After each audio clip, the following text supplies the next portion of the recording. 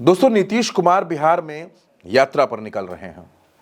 225 करोड़ से ज्यादा की रकम इस यात्रा पर खर्च की जा रही है, लेकिन नीतीश कुमार को एक नया तनाव दे दिया है चिराग पासवान के चाचा ने। 2020 में जो तनाव उनको चिराग पासवान ने दिया था, अब वैसा ही पशुपति पारस देने की तैयारी कर रहे हैं।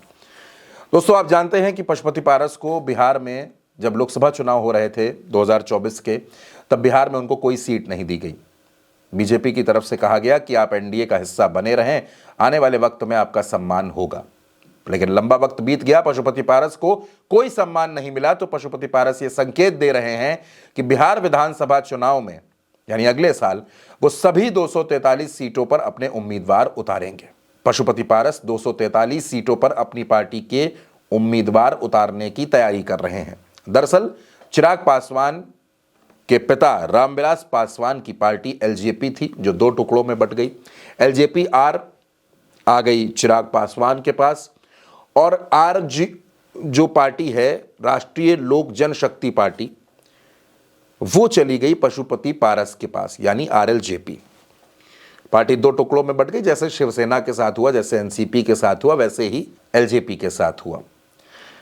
अब लड़ाई इस बात की है कि पासवान समाज का बड़ा नेता कौन है। पशुपति पारस कहते हैं कि रामविलास पासवान हमेशा ये चाहते थे कि पार्टी की कमान उनके यानी कि पशुपति पारस के पास रहे, लेकिन पार्टी बट गई। चिराग पासवान एनडीए का हिस्सा है और केंद्र की सरकार में मंत्री हैं। अब पशुपति पारस को ऐसा लगने लगा है कि अपनी राजनीतिक विरासत को बचाने के लिए, अपने कद को बचाने के लिए उनको कुछ ना कुछ जरूर करना पड़ेगा, और इसीलिए पशुपति पारस मैदान में उतर गए हैं। जेडीयू के तमाम नेताओं से जब बातचीत हुई, इंटरनल सोर्सेस का ऐसा कहना है, तो उनका कहना है कि अगर बीजेपी ऐसा करने की कोशिश कर रही है, क्योंकि जेडीयू को लगता है कि यह बीजेपी की ही प्लानिंग का हिस्सा है, ताकि नीतीश को कमजोर किया जाए, भारतीय जनता पार्टी की सीटें ज्यादा हो जाएं और फिर मुख्यमंत्री की कुर्सी पर बीजेपी का कब्जा हो जाए। दोस्तों, जाहिर सी बात है, अगर पशुपति पारस अपने प्रत्याशी उतारते हैं तो यह नुकसान चिराग पासवान का भी होगा और यह नुकसान नीतीश कुमार का भी होगा। और अगर ये नुकसान इतना बड़ा हुआ कि नीतीश कुमार की सीटें कम हो गई, तब तो नीतीश कुमार की कुर्सी खतरे में पड़ जाएगी। यही वजह है कि पशुपति पारस की वजह से नीतीश कुमार को टेंशन हो गई है। उनको ऐसा लगने लगा है कि कहीं ना कहीं बीजेपी ही इस पूरे खेल के पीछे है, जो पशुपति पारस को आगे किया जा रहा है। लेकिन दोस्तों, सिर्फ एक नाम नहीं है, दूसरा नाम एक और है। दूसरा नाम है आरसीपी सिंह का। आरसीपी सिंह एक जमाने में नीतीश कुमार के साथ हुआ करते थे, करीबी लोगों में शुमार होते थे, जेडीयू के नेता थे। लेकिन आरसीपी सिंह अलग हो गए, उन्होंने अपनी पार्टी बना ली। अब आरसीपी सिंह और नीतीश कुमार में समानता दरअसल यह है कि दोनों एक ही जिले से आते हैं, नालंदा से। और दूसरी सबसे बड़ी समानता कि दोनों एक ही बिरादरी से ताल्लुक रखते हैं, यानी कुर्मी बिरादरी से।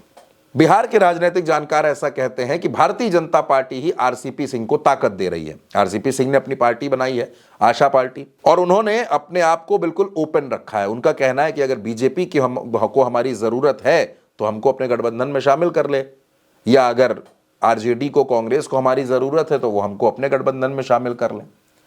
अब दोस्तों, आरसीपी सिंह कुर्मी बिरादरी से आते हैं। आरसीपी सिंह जितने मजबूत होंगे, नीतीश कुमार के लिए उतनी बड़ी परेशानी खड़ी होगी। नीतीश कभी नहीं चाहेंगे। आज की तारीख में अगर आप पूछिए कि नीतीश कुमार का सबसे बड़ा सियासी दुश्मन कौन है, तो वो नाम आरसीपी सिंह का है। नीतीश कभी नहीं चाहेंगे कि आरसीपी सिंह मजबूत हो जाए, उनको ताकत मिल जाए, वो इतने ताकतवर हो जाएं कि सरकार बनाने और गिराने में उनका किरदार हो जाए, उनकी इंपॉर्टेंस हो जाए। ये नीतीश कभी नहीं चाहेंगे। तो फिर आरसीपी सिंह को ये ताकत कौन दे रहा है? क्या आरसीपी सिंह एनडीए में शामिल हो जाएंगे? क्या आरसीपी सिंह को भारतीय जनता पार्टी गले से लगा लेगी, सिर्फ इसलिए क्योंकि नीतीश को कमजोर करना है? यानी दोस्तों, अगर आप देखिए तो पशुपति पारस, आरसीपी सिंह, ये दोनों चेहरे ऐसे नजर आते हैं जिनसे नीतीश कुमार को बहुत बड़ा नुकसान हो सकता है। लेकिन भारतीय जनता पार्टी इन दोनों नेताओं को गले से लगाने के लिए बेताब नजर आ रही है। ऐसा लग रहा है जैसे आरसीपी सिंह और पशुपति पारस को आगे करके बीजेपी इनके कंधे पर बंदूक रख के नीतीश कुमार पर हमला कर रही है। और नीतीश कुमार है जिनको लगता है कि यात्राएं निकालकर वो अपनी कुर्सी, अपनी सत्ता बचा ले जाएंगे। अब बिहार की राजनीति में दोस्तों, नीतीश कुमार के लिए एक नई टेंशन खड़ी हो गई है। भारतीय जनता पार्टी लगातार इस कोशिश में है कि बिहार में मुख्यमंत्री की कुर्सी पर बीजेपी का ही कोई चेहरा बैठे, बीजेपी का ही नेता बैठे, और नीतीश को कमजोर किए बिना यह मुमकिन नहीं है दोस्तों। यानी नीतीश कुमार को अब एक बार फिर नए सिरे से सोचने की जरूरत है। कहीं ऐसा ना हो कि भारतीय जनता पार्टी के चक्कर में उनकी मुख्यमंत्री की कुर्सी हाथ से निकल जाए। फिलहाल दोस्तों इस खबर में, इस वीडियो में मेरे साथ इतना ही। आप लगातार बने रहिए, जुड़े रहिए और उल्टा चश्मा को सब्सक्राइब करते रहिए। नमस्कार।